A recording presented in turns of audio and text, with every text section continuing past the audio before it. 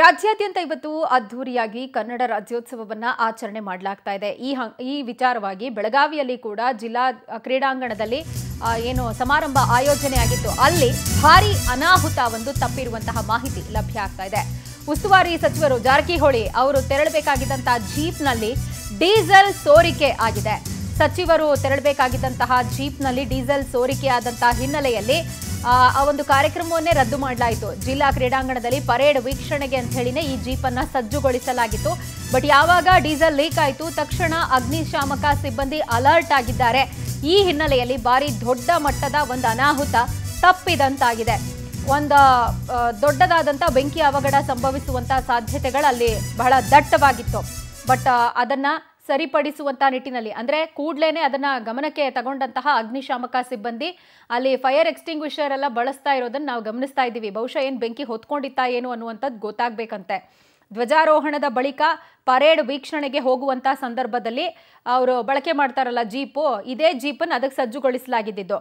But jeep ಏರುವ ಮುನ್ನವೇ ನೋಡ್ಕೊಂಡ್ರು ಅದೃಷ್ಟವಶಾತ್ ಅಲ್ಲಿ ಡೀಸೆಲ್ ಸೋರಿಕೆ ಆಗಿರೋದು. ಹೇಗೆ ಆ ವೆಹಿಕಲ್ನಲ್ಲಿದ್ದಂಥ ಜೀಪಲ್ಲಿದ್ದಂಥ ಡೀಸೆಲ್ ಎಲ್ಲ ಹೆಂಗೆ ಸೋರಿಕೆ ಆಗಿದೆ ಅನ್ನೋಂಥದ್ದನ್ನು ಗಮನಿಸ್ತಾ ಇದ್ದೀವಿ.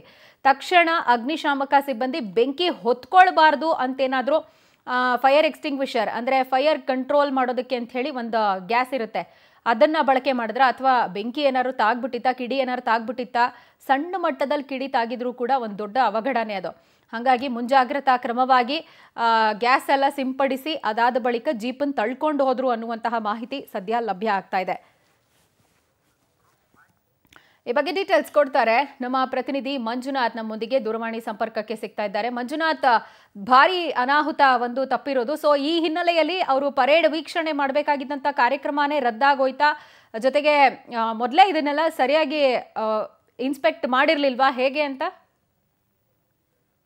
ಪ್ರಜ್ವಲ, ಏನು ಇವತ್ತು ಬೆಳಗಿನ ಒಂದು 9:30 ಗಂಟೆ ಸುಮಾರಿಗೆ ಬೆಳಗಾವಿಯ ಒಂದು ಜಿಲ್ಲಾ ಕ್ರೀಡಾಂಗಣದಲ್ಲಿ ರಾಜ್ಯೋತ್ಸವ ನಿಮಿತ್ತ ಒಂದು ಪರೇಡ್ ನಡೀತಾ ಇತ್ತು. ಆ ಸಮಯದಲ್ಲಿ ಜಿಲ್ಲಾ ಉಸ್ತುವಾರಿ ಸಚಿವರಾದ ಸತೀಶ್ ಜಾರಕಿಹೊಳಿ ಅವರು ಆ ಜೀಪನ್ನು ಹತ್ತಿ ಒಂದು ಪೊಲೀಸ್ ಪರೇಡ್ ಏನ್ ನಡೀತಾ ಅವರನ್ನ ಸ್ವೀಕರಿಸ ಒಂದು ಗೌರವ ರಕ್ಷೆಯನ್ನ ಸ್ವೀಕರಿಸಬೇಕಾಗಿತ್ತು. ಆ ಸಮಯದಲ್ಲಿ ಆ ಒಂದು ಜೀಪ್ ಅಲ್ಲಿರುವಂತ ಪೆಟ್ರೋಲ್ ಸೋರಿಕೆ ಆಗುತ್ತೆ. ಪೆಟ್ರೋಲ್ ಸೋರಿಕೆ ಆದ ನಂತರ ಅಲ್ಲಿದ್ದಂತ ಪೊಲೀಸ್ ಸಿಬ್ಬಂದಿಗೂ ಗೊತ್ತಾಗುತ್ತದೆ. ನಂತರ ಅದನ್ನ ಅಲ್ಲಿ ಏನು ಒಂದು ಮುಂಜಾಗ್ರತಾ ಕ್ರಮವಾಗಿ ಅಗ್ನಿಶಾಮಕ ದಳದಿಂದ ಬಂದು ಅದನ್ನ ನಂದಿಸು ಅದೇನು ಒಂದು ಪೆಟ್ರೋಲ್ ಇರುತ್ತೆ ಮುಂಜಾಗ್ರತಾ ಕ್ರಮವಾಗಿ ನೀರನ್ನು ಮತ್ತು ಕೆಮಿಕಲ್ ಅನ್ನ ಸಿಂಪಡಿಸಿ ತದನಂತರ ಜಿಲ್ಲಾ ಉಸ್ತುವಾರಿ ಸಚಿವರು ಮತ್ತೆ ಪರೇಡ್ಗೆ ಮುಂದಾಗ್ತಾರೆ. ಆದ್ರೆ ಯಾವುದೇ ಕಾರಣಕ್ಕೂ ಅಲ್ಲಿದ್ದಂತ ಪೊಲೀಸ್ ಕಮಿಷನರ್ ಆದಂತ ಏನು ಬಹುಶಃ ಅವರು ಮತ್ತು ಅಲ್ಲಿದ್ದಂತ ಸಿಬ್ಬಂದಿಗಳು ಬೇಡ ಅಂತ ಹೇಳಿ ಅವ್ರಿಗೆ ಒಂದು ಮೆಸೇಜ್ ಕೊಡ್ತಾರೆ. ಮೆಸೇಜ್ ಕೊಟ್ಟ ನಂತರ ಆ ಒಂದು ಪರೇಡ್ ಕಾರ್ಯಕ್ರಮವನ್ನು ನಿಲ್ಲಿಸಿ ಮುಂದೆ ಆಗುವಂತ ಅನಾಹುತವನ್ನ ಪೊಲೀಸರು ಮತ್ತು ಜಿಲ್ಲಾ ಉಸ್ತುವಾರಿ ಸಚಿವರು ಮತ್ತು ಜಿಲ್ಲಾಧಿಕಾರಿಗಳು ಒಟ್ಟಾರೆಯಾಗಿ ಅದನ್ನ ತಪ್ಪಿಸಿದ್ರೆ ಅಂತ ಹೇಳ್ಬೇಕಾಗತ್ತೆ. ಯಾಕಂತಂದ್ರೆ ಪ್ರಮುಖವಾಗಿ ಆ ಜಿಲ್ಲಾ ಏನು KSRP ಒಂದು